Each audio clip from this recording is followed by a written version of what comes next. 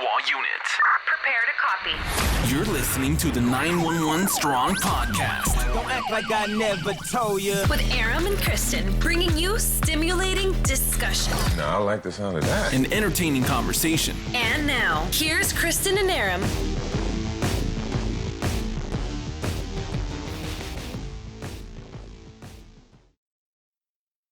Hey friends, welcome back to the 911 Strong. You okay over there? Yeah. Banging the chairs? My headset was being weird. Yeah, mine too. Okay. Well, imagine that, a dispatcher's back. headset going weird. It's the noise that comes in from the officers. Well, it's funny that you mentioned the dispatcher thing because that's what today's episode is. We get a lot of questions. I don't know why I get this question because I'm not a dispatcher, but maybe they think it'll get back to you. Maybe. But how do you become a dispatcher? We talk quite frequently about what it takes to be a cop, but we don't know what it takes to be a dispatcher and what it's actually like being a dispatcher. But before we go there, I want to remind you that I've got a tremendous amount of law enforcement experience, right? You know that. I guess. I've got over so time. much law enforcement experience. But I've actually had the time to do the research, and I know what gear I want. I know the brands. I know the styles. I know what I want. And so let's just say I took all this knowledge and I put it together on one incredible website. I'd make a lot of money, wouldn't I? I'd sell everything. Right. People, Yeah. because I'm a trusted guy. People trust me, and they know the brands I put on this website would be trusted.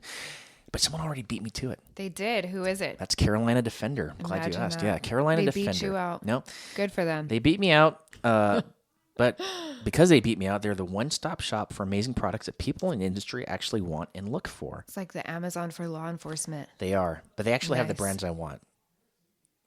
I'm just saying. I like, love Amazon. everything's there. No, Put it all in your cart. But the thing you're is, with done. Amazon, you have millions of products, but on Carolina well, Defender's that's what I'm website, saying. It's for police. yeah, it's like having a wish list on there. I know Yeah. everything that's on there is something I should just select everything and buy it, knowing that it's going to be You'd exactly get in what a I lot need. of trouble. But if I you would. did that, is there a way that you have like a code to help you out? Yeah, absolutely. Right now, the listeners of the 911 Strong podcast can use code 911 Strong, and you get a major discount exclusive to our listeners at Carolina Defender. Only at carolinadefender.com. They got great brands like this summer coming up. Have you seen that Cool Cop thing I use? It's a little tube that I Oh, connect to the yeah. air conditioning in my car.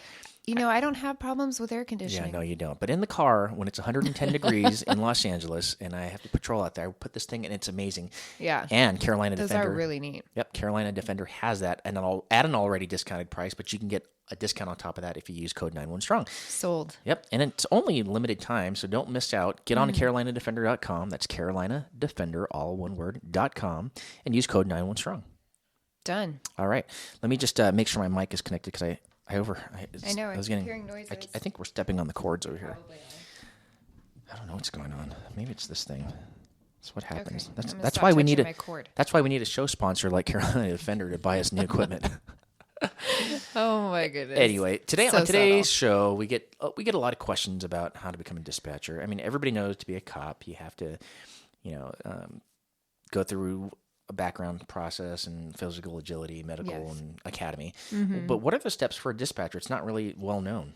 Yeah, we don't really have an academy to go to prior. So there are some colleges that do have classes. I know in at least California they do. They're called, post classes that some colleges put on, and you can go through and see kind of like what it is to be like a dispatcher, but it's not a requirement to be a dispatcher. It's just like an extra notch on your resume.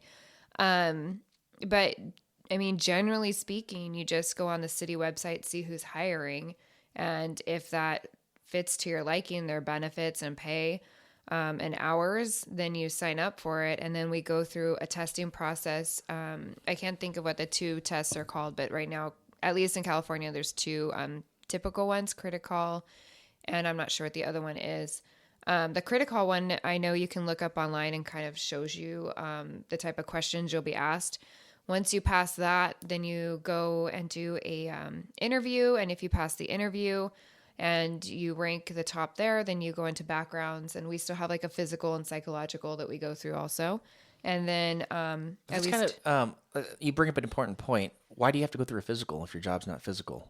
that is a good point. But I guess to some extent, like you do have to be healthy to some extent. And I know there's a bad what's the word I'm looking for? That most of us dispatchers are overweight. Misconception. Not all of us are. I don't have that misconception. How dare you? It doesn't help that cops drop off all of their food that they don't want to eat. I don't know in the dispatch why you center. guys have allergic reactions to donuts. I eat then plenty you of donuts guys and I look amazing. Stress us the heck out, so we stress eat all day, 12 hours attached to a That's computer. your fault. Maybe they should do a better psych. Better psych. How to refuse donuts and treats. Yeah. But yeah, so the physical, I mean, you do have to be relatively healthy because our hours are kind of crazy. Yeah, you guys work the same hours cops do. Yeah, we do. We work around the clock as well. We get held over just as well. We miss out on lunches too. Yeah. It'd be interesting to see what you wear an Apple Watch, but I wonder if you can track what your heart rate is during a 12-hour shift. Because I bet you, even though you're just sitting there, yeah, I'm sure you're getting spikes.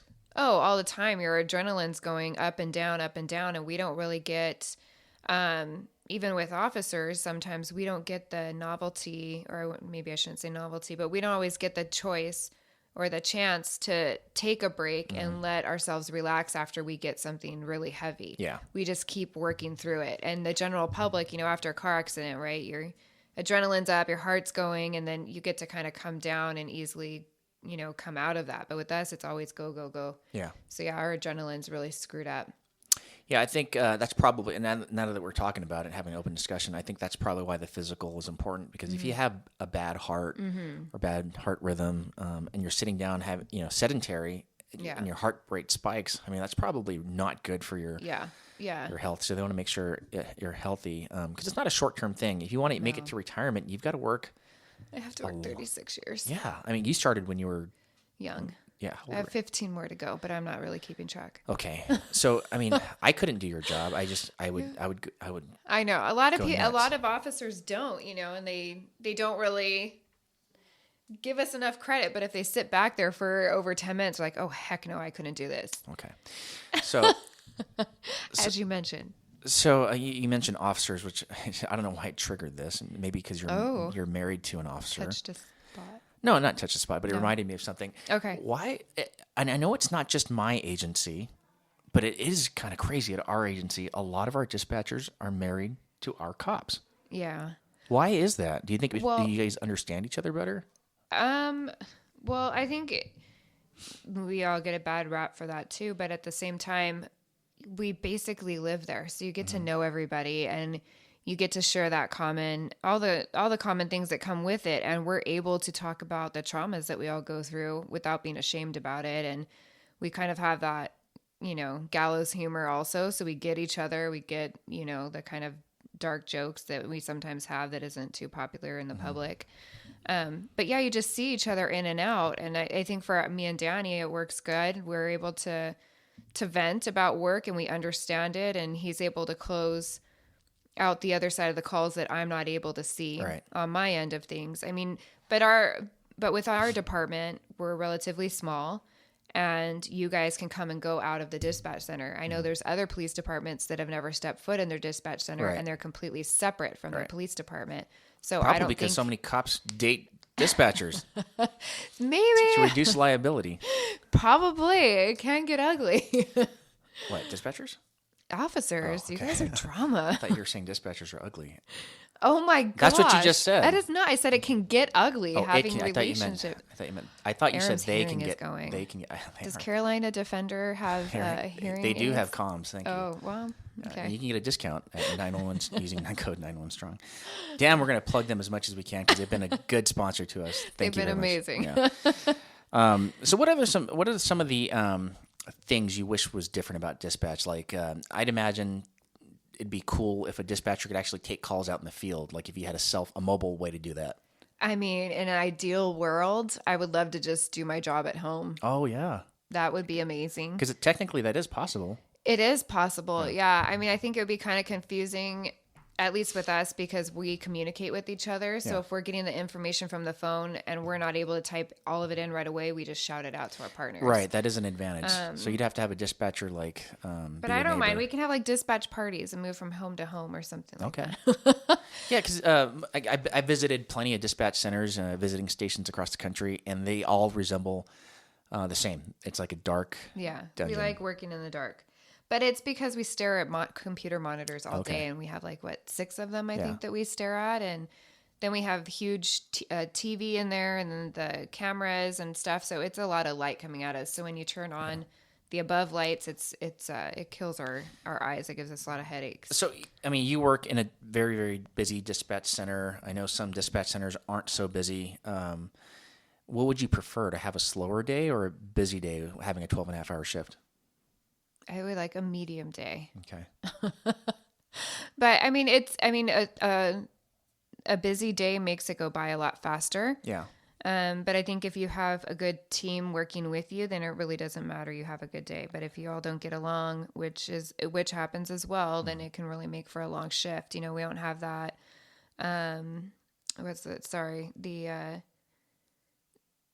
Sorry guys, I can't think. But we're not able to just pick up and go like the officers. Like if you guys don't get along at a call, you could just do your job and then you guys peace out and leave in separate units. Right. We're stuck in that room with that other person, for other agencies, anywhere from 8 to 12 hours. Yeah. For the whole day, and it can make for a long day. Well, maybe you should learn how to get along with people better. I actually get along with everybody right now. I've had my issues. I'm not going to lie. I've been there 21 years. No, but I think it's the same thing for cops. It's just growing pains. And you're not going to like everybody. Not everybody's going to like you. Well, and we're not working there to be a friend. Right. You're working there initially to get the job done. And if a friendship comes through that, then amazing. Right. And that happens more often than not. I don't want to give people the impression that, it really is a large... But if you're going there for that specific reason, then, you're going to get let down. Yeah. And when people say, it's only a cliche, it's one big happy family. That part is, the happy part is, but we are a big family, and the reality of families fight. Yeah. So we have our disagreements. We do. We all bicker too, and then we make up, and it is what it is. But it's more like a brother-sister kind of relationship, I think, with all of us. So, but yeah, we work the same as the officers. We work crazy hours. We work holidays. We work weekends. We work graveyards, swing shifts, day shifts. What's cool about dispatchers, though, what a lot of people don't realize is, you have to endure 30 plus years, maybe, depending on. You get to a certain age, you're eligible. So even if you start later, you get to a certain age, you don't necessarily get a retirement, you get a pension. And what a lot of people don't understand with that pension is, it's like winning the lottery. You get paid a portion of your salary for the rest of your life until you die. Whereas a lot of other professions, you put money into a 401k, and now, whatever you end up with at the end of that career, you've got to divide up for however many years you think you're going to live. Yeah. And that really restricts your income, where you it's a predictable income when you retire, which is kind of nice. And I think it's a good, I don't want to say reward, but it's a good way to finish your career and know that your investment was worth it, because, the people are taking care of you. Yeah. You work so hard for the people and stuff. So it's important when you do sign up to see what your benefits are and how much you get at retirement. And I think some have to now pay into their retirement. I kind of got grandfathered into not having to. So that was a benefit of starting before I knew any better. Yeah. Speaking of starting before you knew any better, what would you tell yourself back then? What would your today Kristen tell your back then Kristen? To bite my tongue and keep my mouth shut. Okay. But I started. I was living in like a bubble. My dad kept me very, very sheltered, and I came in with preconceived ideas of what it was going to be like, and it wasn't. Not saying that it wasn't bad, but I really had to grow up really quick, and I made a lot of mistakes, and I grew from them. But I think it's just, be patient and give yourself some grace, and you're not going to always get it right. People are always going to talk, not to pay attention to it. It is what it is. It's always going to be there. It's kind of like high school in a way, I think. And, just to be patient and mind my own business, stay in my own lane, do my job. Yeah. You've had some experience training dispatchers, right? Yeah, I used to. I'm not anymore. When you trained dispatchers, did you find that there was a specific personality that was better suited for this job, or do you think? The majority of us are all type A personalities. I think even though we want to nowadays be kinder, gentler with our trainees, you still have to have a thick skin because, it might not sound nice, but you have to have it, because you're going to hear some really horrible things. Yeah. So that's part of the training. That is part of making them desensitized. Yeah. And it's not, training isn't one size fit all. You kind of have to see like how people learn. Everybody learns differently. So as a trainer, it's sometimes hard to break your own habits and not just always work the same way, but realize like this person learns a different way. Yeah. So That's the doing it same that as field way. training for cops. You know, when I was coming up, you had to adjust your learning style to the FTO if you wanted to pass. But what they're teaching now is the FTO needs to change their teaching style to accommodate the type of learner. And I think to an extent that's correct. I mean, you as a trainee, you're coming from not knowing anything, so you should adapt to your trainer. Right. But at the same time, if the trainer sees that the trainee is struggling, then they might need to change maybe some of their ways and train them a little bit differently. And then ultimately, I mean, everything goes into their evaluations, their weekly and their dailies. And you can also say as a trainer, hey, I've tried everything. I've tried X, Y, and Z, and they still didn't get this portion of it. Right. So, okay, let's just say you've made it, you're a listener, you've made it through the process, and you're now in your training phase. What is the training phase? I mean, is it a lot of active learning, or are you just observing? So with our department, we're pretty loose on how we train, and all of us train differently. So if it was just me, I kind of like talk to them the first day, kind of go over everything of what it is, and then I start them. I have them on phones listening with me, and then I have them start doing phones, and it can be business lines and like in-house phones. And I'm sitting there with them the whole time. I have a mute button with me, and I'm kind of like feeding them what to say just so that they get used to it. And I'm typing everything. And then sometimes I'll flip it and I'll have them type while I talk. Okay. And then I merge it together, and then either I train them on radio or they go to the next person. So that way they kind of get a break from me and get to somebody else.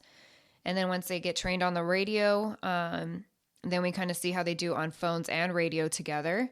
And then when they go to the final person to say yes or no. Okay. So, but I know there's a lot of other agencies that even kind of have like testing training centers where it's not all real calls. It's more like practice calls kind of thing. So someone's like a role player? Yeah, very much role playing. So I want to be a role player. Yeah. So, I mean, everybody kind of does it a little bit differently, but generally speaking, it's 6 months to a year of training. Okay. So that's what somebody new can expect, is that you're going to spend 6 months to a year. Yeah. And then you have a probation period too, right? Another year, I believe. Yeah. So before you can be a full-fledged dispatcher, know that you have a secure job, it can be a couple years. Yeah. And then you're really not going to know what you're doing, because that probation year, you're kind of on edge still, and you're trying to learn your way. And then that other year after that, then you're kind of like learning the ins and outs of how you work and starting to feel more comfortable. So it takes a good like 3 to 5 years, I think, to really feel like you got it down. And that's just the operating functions of the job. We're not talking about some of the drama, the politics. Yeah. Oh yeah. The other stressors. Yeah. And so there's a lot to expect when you enter this field. That's not just the function of the job. There's the physical depression that you guys get, the emotional depression. Sometimes some dispatchers take calls home. There's PTSD within dispatchers as well. Yeah. I remember when I was a field supervisor, allowing a dispatcher to go home after a really hard call. So it happens. Yeah. I mean, what are some of the most, I don't know that I've been around since I've been around that you've had to go home. Did you come close to on any calls where you felt like too emotional to work? Just with your guys' shooting. Oh yeah. Yeah. That was the only one that really, I mean, I've had other ones like now that we're talking about this, other ones have come up in my head. I can still hear certain cries or screams or yells. But that one, I think, just because, it directly involved you and Danny. And you were working the radio. That was a rare combination. Yeah. Well, I was on the phones. Yeah. But I didn't realize he was out in the field till I heard him yelling. And then I think we heard some more gunshots, and then there was silence. So it kind of really jolted me there. But, again, as soon as that happened, I'm taking more phone calls. I don't get a break. Yeah. You can't just step away. Yeah, we couldn't really step away. So I forced myself to take a break, and then had my wife portion of me take over. And then I went right back to work and kept going and finished out the rest of my shift. Was there a point that you vented? I mean, did you vent afterward? Did you have to go for a workout? Did you? I vented, I think, just with my husband. Yeah. I didn't really feel like talking about it too much to anyone else. And then As dispatchers, and most police departments, I guess, or our police department at least, we don't do debriefings. We don't talk about it. So You mean the dispatchers don't? Well, the dispatchers don't. I mean, you guys talk, but we don't have an official debriefing. Right, which we should change. We've talked about implementing that. It's in the policy, but because it doesn't say shall, they don't implement it. Yeah. But and it's just those people involved. It's nobody else's business to be in there except for those directly involved. Yeah, for the supervisors listening, that's a good reminder. I have to be reminded of it. We're so caught up in what happens in the field, and dispatchers, unfortunately, are out of sight, out of mind sometimes, that we have to make them a priority. When it comes to these, because we leave them hanging. Essentially, you guys feel like you guys are left hanging. And, I mean, it's like if you guys were to watch some type of horror movie with your eyes closed. Obviously, you're imagining that movie in your head, and you're playing it out. And then, just as something bad is supposed to happen, right? Because you hear the music coming, the cord is pulled, right, and it turns off, and then you don't hear anything about it. You don't know what happened, and then all of a sudden, you just see the end credits. Yeah. Like what? That's exactly what it's like. Or like reading a really good book, and then right when you get to that last chapter, when everything's getting put together, they rip out the pages. All right. No, that's an excellent way of putting it. That's a good analogy. Yeah. So it is hard. And I think, again, because we're a smaller agency, we all care about our guys, but with the ones that have the smaller agency, we know your voices. We know the tone in your voices. So when that changes, then we get on alert too. And we've known you guys for so long, or I've been there for that long, that it's personal too, and we care. Do you think that's an advantage or disadvantage?